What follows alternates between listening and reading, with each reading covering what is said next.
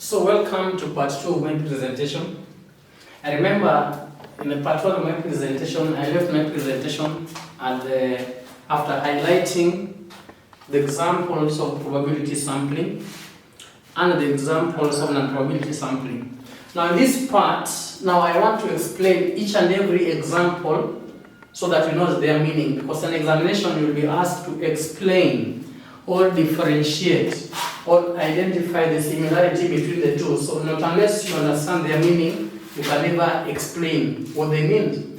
So now I'll start with the probability kind of sampling. And as you remember before, under probability kind of sampling, in the last part I highlighted 4 of them, and that was simple random sampling. The number 2 was stratified sampling. Number 3 was systematic sampling. And lastly, number 4 was cluster sampling. Now in my non-probability sampling, I also highlighted them. That was quarter sampling, snowball sampling, judgments stroke purposive sampling. Then lastly was convenience sampling. Now to continue, let's start with the probability sampling. So our number 1 will be what? Simple random sampling. SRS. Simple random sampling. So now simple random sampling refers to the sampling techniques or probability sampling techniques in which each and every item of the population stands an equal chance of being selected in the sample. I repeat, it refers to the sampling technique in which each and every item of the population stands an equal chance of being what? Selected. For example, for those who love watching football matches. Now when we're playing a football match, maybe, for example, when we want now to come up with a group, we are preparing for a tournament, then now we want to come up with a group where each team will fall, which group how the match will be played. Now, purposively, let's say for example, we're having like 10 teams. Now, we don't want to be judgmental of these teams so that others might say, oh, we are biased, that's why actually we combine team A, team B. So what we do is we'll write the name of each and every team and we put them in one basket. Then randomly, each and every coach will pick. So the same way they will pick each and every number randomly, meaning any number can be picked in that kind of selection. And that was what it means by having simple random sampling. So you put them together, then the coaches pick them randomly. Now, number 2 is stratified sampling. Now, stratified sampling, it is the probability kind of sampling where the population is divided into subgroup to the distinct subgroup, into bracket strata, based on the specific characteristics, and random sample is taken from the subgroup of the strata. Now, the point of interest here is the strata. Now, underline the word strata. You see, the word strata comes from the word stratified. Then there's the part of distinct. Also underline the part distinct and the part characteristics. So, in a layman language, now this kind of sampling means that now the items will be grouped based on their characteristics, the likeness. So we'll form a subgroup called strata. For example, I'm doing a research or a study in my class. Then I want to do a research. Then I have a sample of at least 30, maybe trainees in my class. Now I may categorize them based on the physical appearance, some of the scene characteristics. For example, I may say, let's start by color. The dark one to move on the other side of the corner of the class. The brown one to move on the other side of the corner of the class. So meaning, now the characteristics here is what? Color. So sema weusi waende kule and the brown one the other side.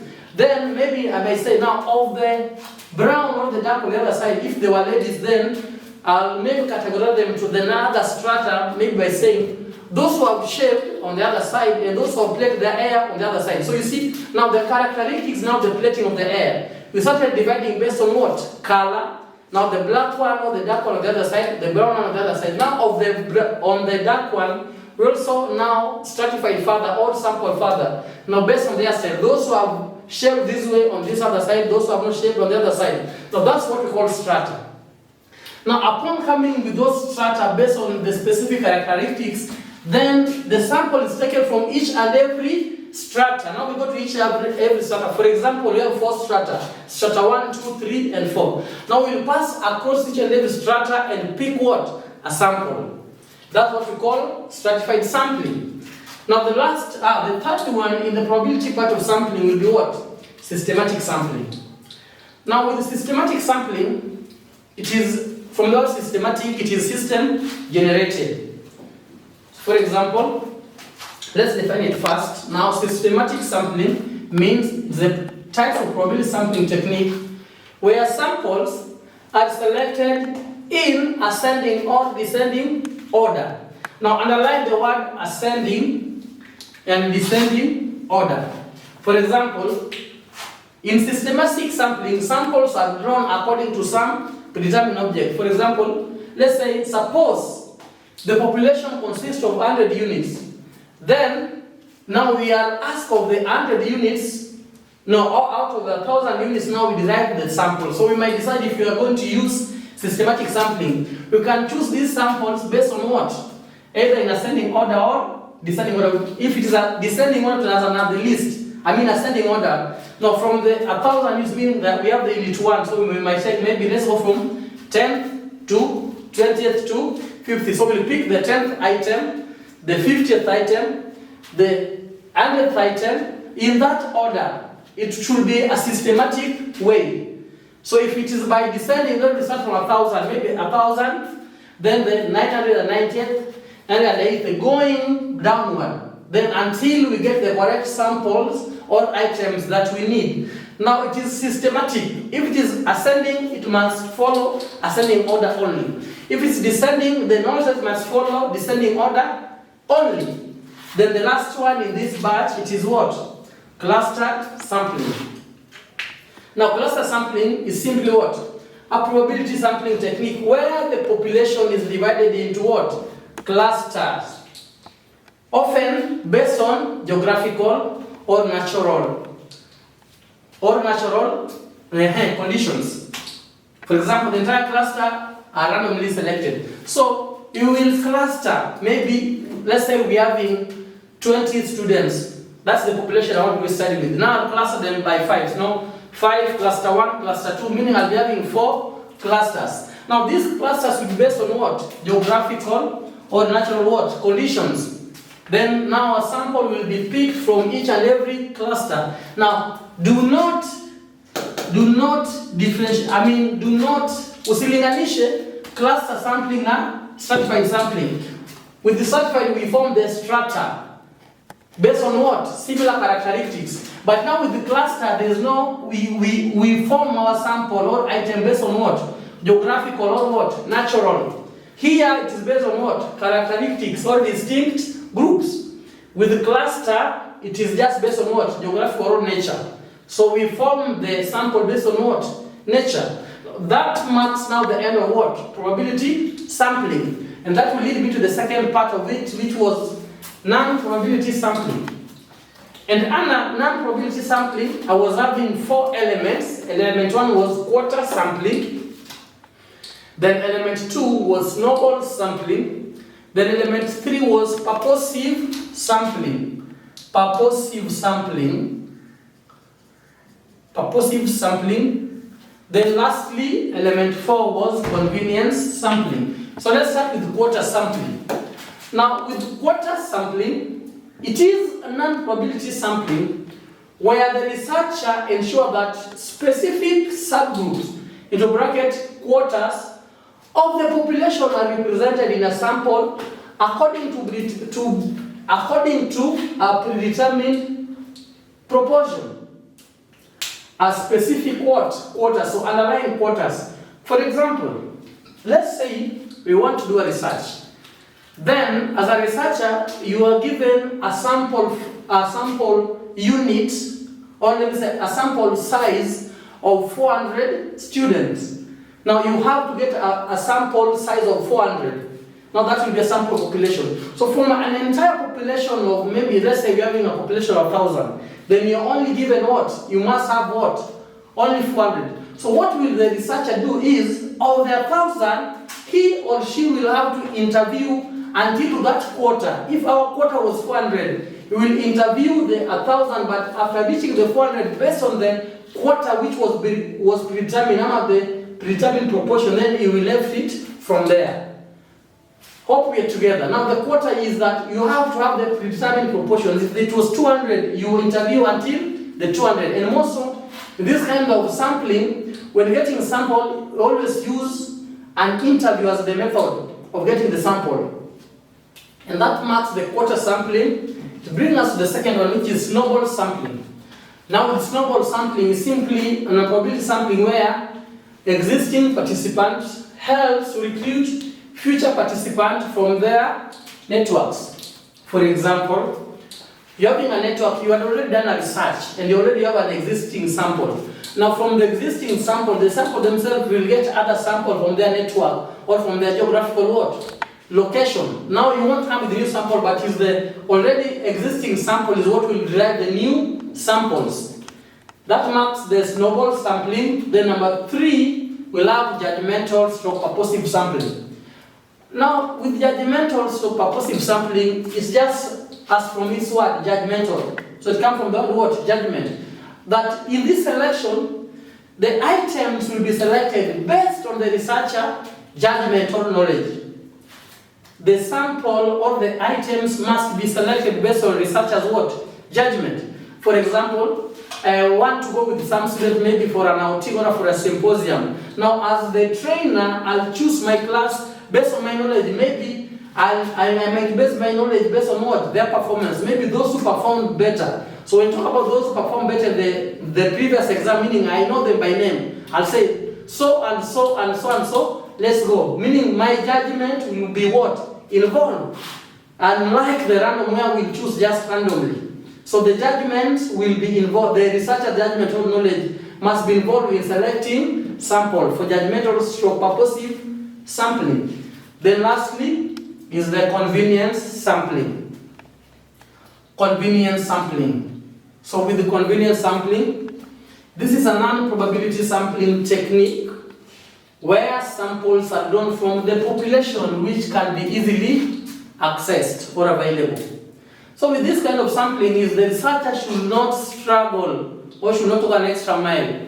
Your sample will be based on the availability, your population, you should based on the availability of the sample in your population. So the researcher will only have to use the available sample. You will not go around looking for samples. So those who can be easily accessed are the one that will be used. And that marks the end of my explanation on the non-probability sampling. And by me marking the end of that, meaning I'll go down to the next subtopic, and that is what? Why do we use sampling, or the advantages of using sampling? So why do we use it? What is the advantage or the merits of using sampling? Number 1, it saves on time.